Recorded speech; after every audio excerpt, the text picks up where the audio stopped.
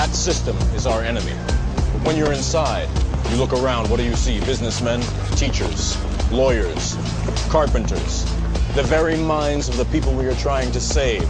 But until we do, these people are still a part of that system, and that makes them our enemy. You have to understand, most of these people are not ready to be unplugged.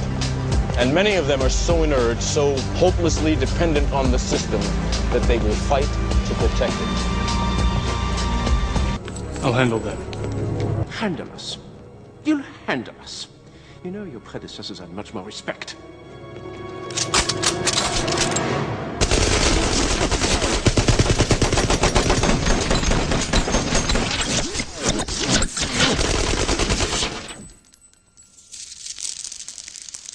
Okay, you have some skill. Kill him.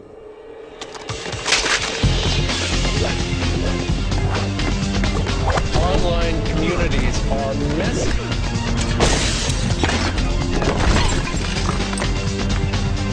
You're living in a land of odds, Congressman.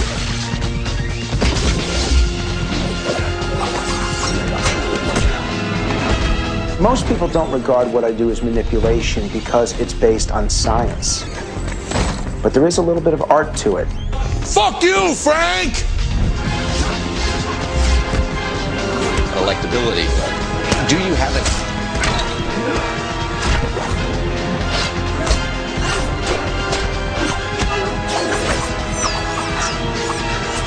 Are you suggesting the United States of America caused the attack on 9/11?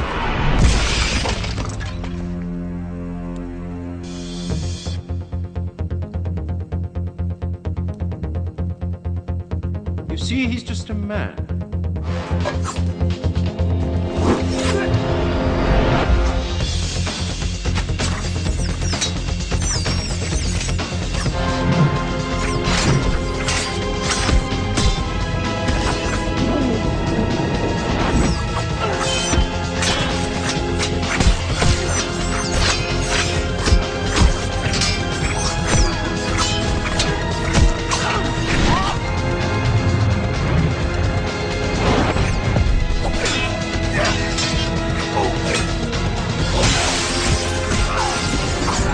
Negative thing that we've tested so far in all of these debates was Ron Paul talking about Iraq.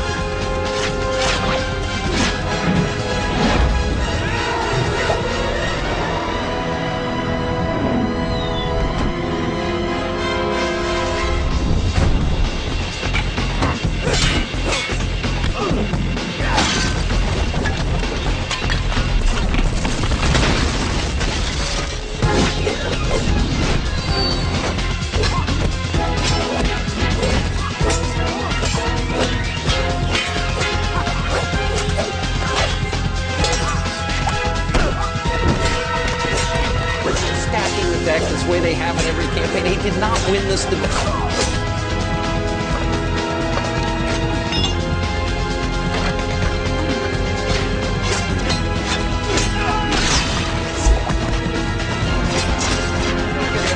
We don't need a history lesson.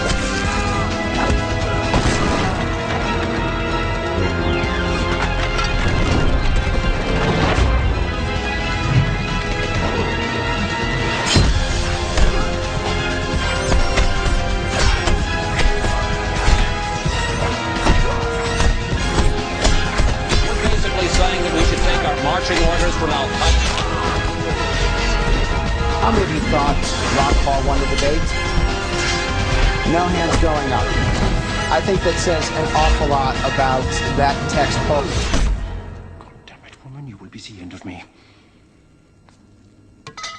Mark my words, boy, and mark them well. I have survived your predecessors, and I will survive you.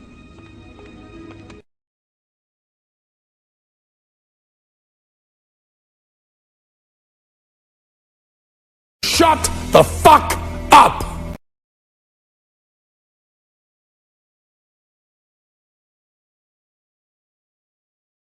Okay, let's look at the numbers. Here are the favorable, unfavorables right now on the Republican frontrunners. Gingrich, 63% unfavorable, 25% favorable. Look at that spread. Romney, 54% unfavorable, 34 favorable, 20-point spread there. Santorum, he's relatively okay. 38% unfavorable, 32% favorable. He at least, well, he doesn't have a positive, but he doesn't have a bad negative. That's pre-kitchen sink. Pre-kitchen sink.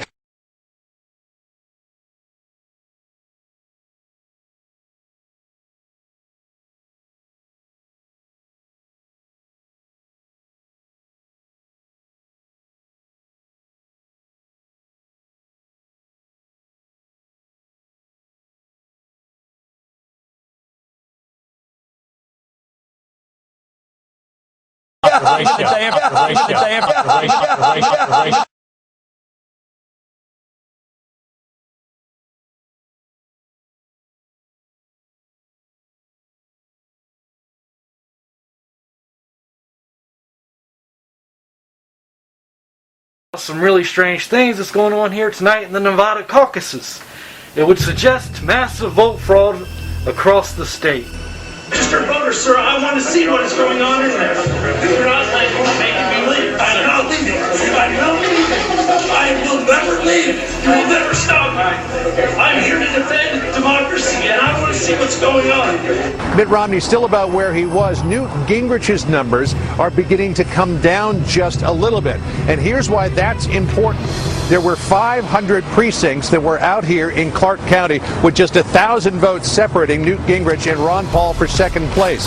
Then there are a lot of precincts, a bunch of precincts at least, where there are disputes. There were more ballots cast than there were people signed up for that precinct. There were more ballots cast than there were people signed up for that precinct. Aside from the state GOP not wanting to include Washington County, there is another major issue from these main caucuses.